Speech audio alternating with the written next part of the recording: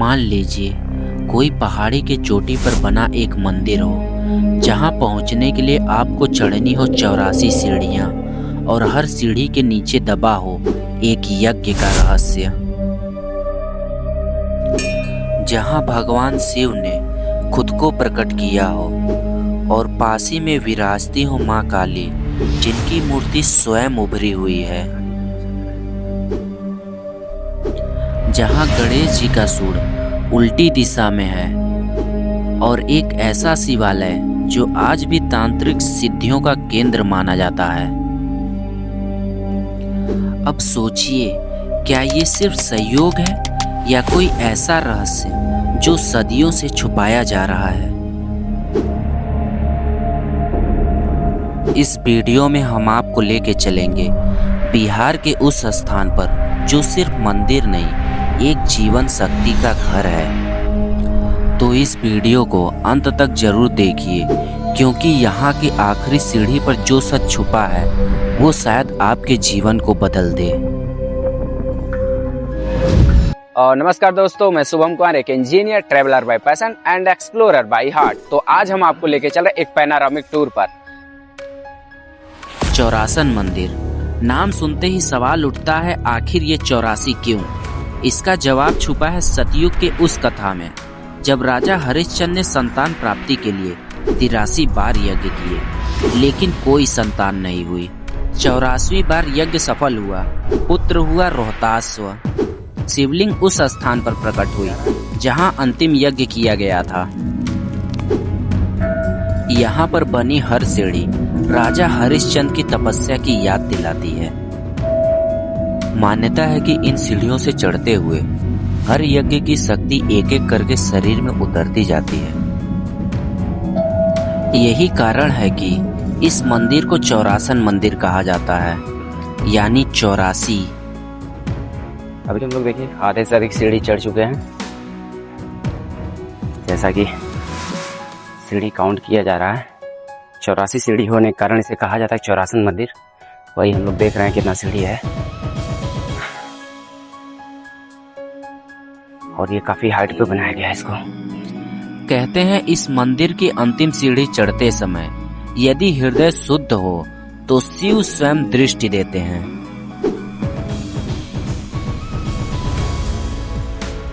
ये मंदिर पहाड़ी के ऊपरी चोटी पर होने के कारण इसके आसपास के प्राकृतिक दृश्य मनोहर और आकर्षक लगते हैं। आइए सबसे पहले इस मंदिर के वास्तुकला और विशेषताओं के बारे में जान लेते हैं। उसके बाद आपको इस मंदिर के रहस्यमय इतिहास के बारे में बताएंगे, जिसको सुनकर आपके रोंगटे खड़े हो जाएंगे। और साथ ही में जानेंगे कैसे अलौकिक रूप से गायब हुए 84 साधु। अब इसके आर्किटेक्चर की बात की जाए, यह स्थापत्य शैली में यह नागर शैली का सुंदर नमूना है, जिसके अंदर अर्ध मंडप, फिर मंडप, उसके बाद लास्ट में गर्भगृह, जहां भगवान विराजमान होते हैं। इस मंदिर की डिजाइन को आप ऐसे समझ सकते हैं जैसे आज के समय में राम मंदिर की डिजाइन बनी हुई है, सेम वैसे ही इस मंदिर की डिजाइन रही होगी, जिसके अंदर अर्ध मंडप, फिर मंडप, उसके बाद लास्ट में गर्भगृह। सेम वैसी ही डिजाइन आपको राम मंदिर के अंदर देखने को मिलेगा।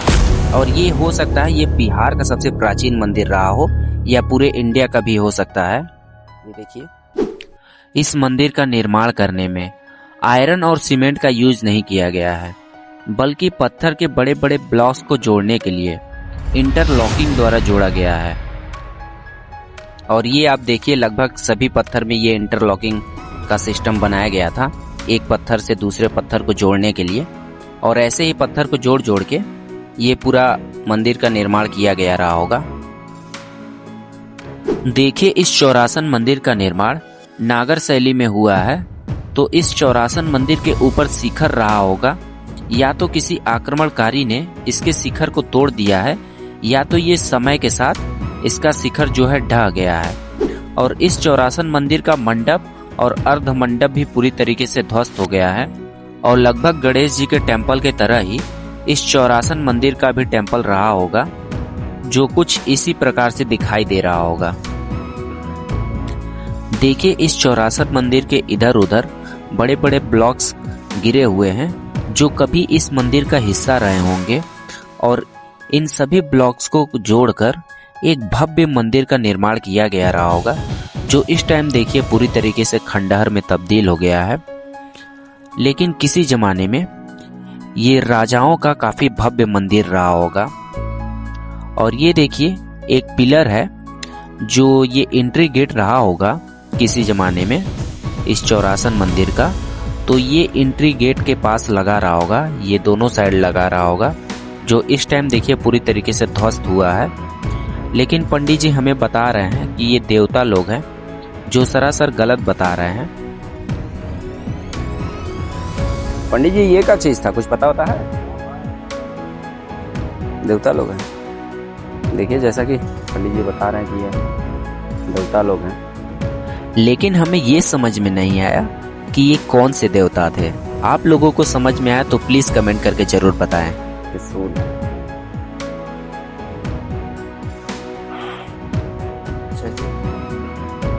आइए मंदिर के गर्भगृह की ओर चला जाए। जैसा कि देख रहे हैं ये चौरासन पश्चिमाभिमुखी शिवालय के प्रवेश द्वार में भगवान नंदी महाराज की प्रतिमा बनी हुई है और गर्भगृह में शिवलिंग स्थापित है और प्रवेश द्वार के ऊपर भगवान गणेश जी की प्रतिमा बनी हुई है। सामने देख रहे हैं भगवान गणेश जी की मूर्ति और ये देखिए दरबान टाइप का बनाया गया है। इसको दोनों साइड है, इस दरवाजे के दूसरे साइड और वो देखिए पहले साइड उधर है। और ये नीचे का जैसे काली माता का मंदिर का सीढ़ी का था, कुछ ऐसा ही डिजाइन इसका भी है। आप इस मंदिर के प्राचीनता का आभास इस बात से लगा सकते हैं कि इस मंदिर के ऊपर जो कलाकृत की गई है ये आपको हड़प्पा सभ्यता से रिलेट करती हुई नजर आएगी, जो हो सकता है कि ये आदिवासी राजाओं के द्वारा ये सब कलाकृत करवाया गया रहा होगा। और इतिहासकार लोगों का मानना है कि आदिवासी लोगों का या उर्राव जनजाति के लोगों का इंडस सिविलाइजेशन को डेवलप करने में इनका बहुत बड़ा योगदान था। आइए अब गर्भगृह के अंदर चला जाए और रोहतेश्वर महादेव का दर्शन किया जाए।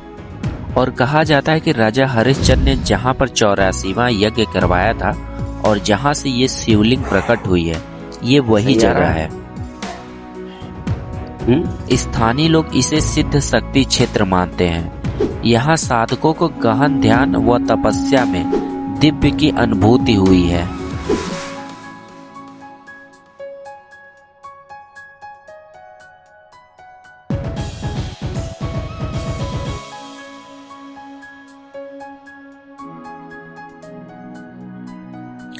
कहते हैं यहाँ पे कुल 84 छोटे यज्ञ कुंडों की श्रृंखला हुआ करती थी। हर यज्ञ एक विशेष तांत्रिक प्रक्रिया से जुड़ा हुआ था। लेकिन स्थानीय लोगों का कहना है कि 84 साधुओं ने यहाँ एक साथ तपस्या की थी और जब उनका काम पूरा हुआ तो वे लोग अलौकिक रूप से गायब हो गए। एक और मान्यता है, कहते हैं कि यह मंदिर किसी तांत्रिक यंत्र पर बना है जिसके टूटते ही इसका प्रभाव खत्म हो जाएगा। यहाँ 84 योगियों या देवताओं की मूर्तियां स्थापित थी, लेकिन अब ज्यादातर मूर्तियां गायब है। यह मंदिर न सिर्फ धार्मिक बल्कि गुप्त तांत्रिक साधनाओं का भी केंद्र रहा है। सावन में भारी संख्या में भक्त सोन नदी से जल लाकर जलाभिषेक करते हैं और मन्नत पूर्ति के आस में आते हैं। कांवड़ यात्रा की प्रथा यहीं से शुरू होती है तथा मेले का आयोजन भी होता है। देखिए शिवलिंग पर जलाभिषेक होने के बाद जो जल शिवलिंग से निकलता है वो देखिए इस रास्ते से होते हुए नीचे देखिए एक कुंड बना हुआ है, जो इसी रास्ते से होते हुए इस साइड देखिए कहीं नीचे चला जाता रहा होगा या नीचे कहीं कुंड बना दिया गया होगा। और साइड से देखिए इस मंदिर की डिजाइन कुछ ऐसी थी और इस खांचे में देखिए कोई मूर्ति वगैरह रही होगी जो इस टाइम नहीं है।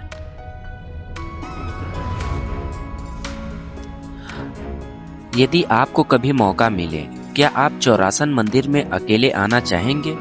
कमेंट में जरूर बताएं और वीडियो को शेयर करें ताकि लोग जाने भारत के भूले बिसरे खजाने के बारे में।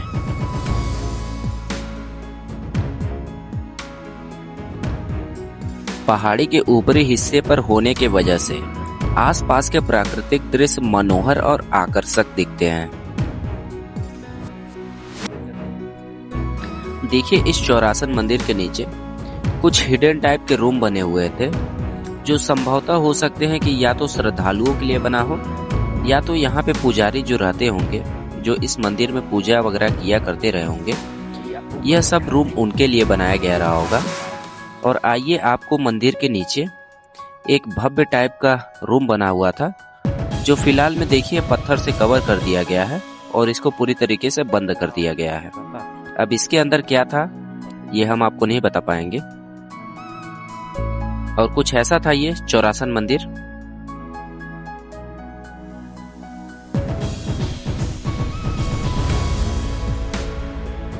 और ये है माँ दुर्गा का मंदिर, जिसे माता काली भी कहा जाता है। और ये काफ़ी प्राचीन मंदिर है, टोटल पत्थर से बनाया हुआ मंदिर। जैसा कि आप इसकी स्ट्रक्चर को देखिए, पिलर जो ये ऐसा लग रहा है जैसे आदिवासी राजाओं द्वारा बनवाया गया हो, क्योंकि जो हमें किले में जो सबसे पुराने स्मारक वगैरह मिले थे वो कुछ इसी डिजाइन में थे। आप इसका स्ट्रक्चर देखिए, लेकिन इसे कहा जाता है कि जैसा कि राजा रोहतास ने बनाया है। और इसका ये मेन गेट है, जैसा कि आप सामने देख रहे हैं, दोनों साइड भगवान गणेश जी का मूर्ति है और सामने माता काली का मंदिर है। और कुछ छोटी छोटी मूर्तियां देखिए अगल बगल दिखाई दे रही हैं आपको। और ये ऊपर का दृश्य है। और ये चौरासन मंदिर के एकदम बगल में है, तो आप लोग देख लीजिए। इसके 3 साइड दरवाजा है और एक साइड जैसा कि आप लोग देख रहे हैं कुछ इस प्रकार से मूर्ति है, जो अति प्राचीन मूर्ति है। यह स्थान इसलिए खास है क्योंकि यहाँ पर काली माता की मूर्ति किसी कारीगर द्वारा नहीं बनाई गई। यह मूर्ति स्वयं उभरी हुई मानी जाती है। लोग यहाँ अर्पित करते हैं लाल चुनरी, नींबू और त्रिशूल। और मान्यता है कि यदि कोई सच्चे मन से यहाँ पर रात्रि प्रार्थना करे तो माँ काली साक्षात दर्शन देती हैं। और ये देखिए, ये इसके अंदर जो गौखा बना है, इसके अंदर भी देखिए कोई मूर्ति वगैरह रही होगी जिसका पूजन वगैरह किया जाता रहा होगा। और जैसा कि ये ब्लैक हुआ है तो जाहिर सी बात है कि यहाँ दिए वगैरह जलाए जाते रहे होंगे। जो नीचे रोहतास जो कहते हैं राजा रोहित ने बसाया था, वो वही है। रोहतास शहर बोल सकते हैं, या रोहतास, ये रोहतासगढ़ किला पे हो गया, वो रोहतास हो गया। और ये ऊपर का डिजाइन देखिए आप लोग, स्वास्तिक के चिन्ह के हिसाब से बनाया गया है, जो अति प्राचीन सिद्ध होती है।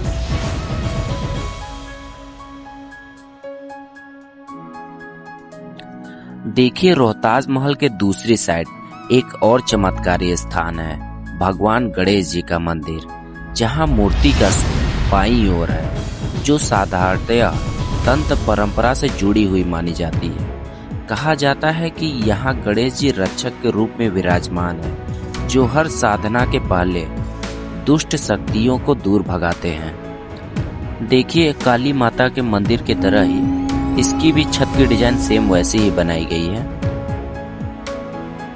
भगवान गणेश जी के मंदिर के आर्किटेक्चर को देखिए, जिसके अंदर अर्ध मंडप, मंडप, फिर लास्ट में देखिए गर्भगृह बनाया गया था, जो सेम देखिए चौरासन मंदिर के तरह ही इस मंदिर को भी डिजाइन किया गया रहा होगा। चौरासन मंदिर तो देखिए पूरी तरीके से खंडित हो गई है, लेकिन इस गणेश जी का मंदिर देखिए अभी भी इसका ढांचा कुछ बचा हुआ है और कुछ ऐसा डिजाइन था इस मंदिर का। और इस गणेश जी के मंदिर के प्रांगण को देखिए चारों तरफ से ऊंची दीवारों से घेरा गया था, जिसके अंदर सारी प्रकार की व्यवस्था हो सकता है कि उस टाइम रहा हो। यह काफी बड़े क्षेत्रफल में देखिए इसके प्रांगण को बनाया गया था और बीच में देखिए इस गणेश जी के मंदिर को बनाया गया था। आइए बारी आती है उस शिवालय की जिसे तंत्र साधना का केंद्र कहा जाता है। मंदिर छोटा है लेकिन ऊर्जा भारी है। यहाँ अघोरियों और तांत्रिकों की उपस्थिति वर्षों से मानी जाती रही है। एक विशेष दिन महाशिवरात्रि के मध्य रात्रि जब यहाँ साधक जल अर्पण करते हैं तो उन्हें चक्र जागरण जैसी अनुभूति होती है। यह वीडियो केवल एक यात्रा नहीं, एक आत्मिक अनुभव था। यदि आप इस शक्ति को महसूस करना चाहते हैं तो इस स्थान पर आइए और अपने भीतर के अंतिम सीढ़ी चढ़ जाइए। आशा करता हूं दोस्तों कि आपको हमारा ये वीडियो पसंद आया होगा। यदि आपको ये वीडियो पसंद आया तो प्लीज वीडियो को लाइक, शेयर, सब्सक्राइब और कमेंट करना ना भूलें। और साथ ही में आपको कोई राय देनी हो तो प्लीज कमेंट करके जरूर बताएं। अभी के लिए अलविदा लेते हैं दोस्तों। जय हिंद, जय भारत।